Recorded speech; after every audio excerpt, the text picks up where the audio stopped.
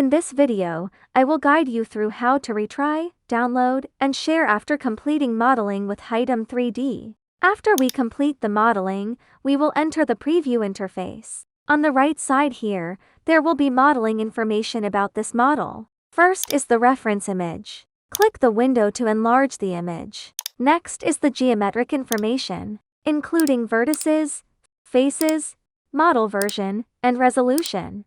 Below that is the texture information. You can see the texture UV data. If you are not satisfied with the current generated model results, you can click here to retry generating up to 3 times for free. And it won't consume your credits, which is really considerate. And we also offer 4 download formats, including GLB, OBJ, STL, and FBX. Now let's take a detailed look at their features and usage. The GLB is mainly used for web AR and VR. The OBJ is mainly used for static model transfer between 3D software. The STL is mainly used for 3D printing. The FBX is mainly used for film and game 3D production. You can choose the appropriate format according to your needs, then click download. Let's open and check the 4 downloaded formats.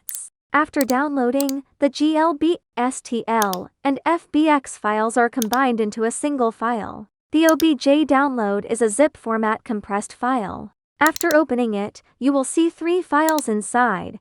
One is the model file, one is the material PNG image, and one is the material MTL file. When we open the model file, there are no textures because the OBJ format separates the geometric model and the textures. Additionally, when opening STL files, they also have no materials because their structure is simple and they are mainly used for 3D printing. Then opening the GLB and FBX formats directly displays the 3D model with textures. These files can be seamlessly integrated with tools like Blender and Unity. Finally, you can also click here to share this 3D model. Simply copy the link to share it, enabling seamless presentations and cross-platform workflows. Okay, the above is the tutorial explanation for retrying, downloading, and sharing.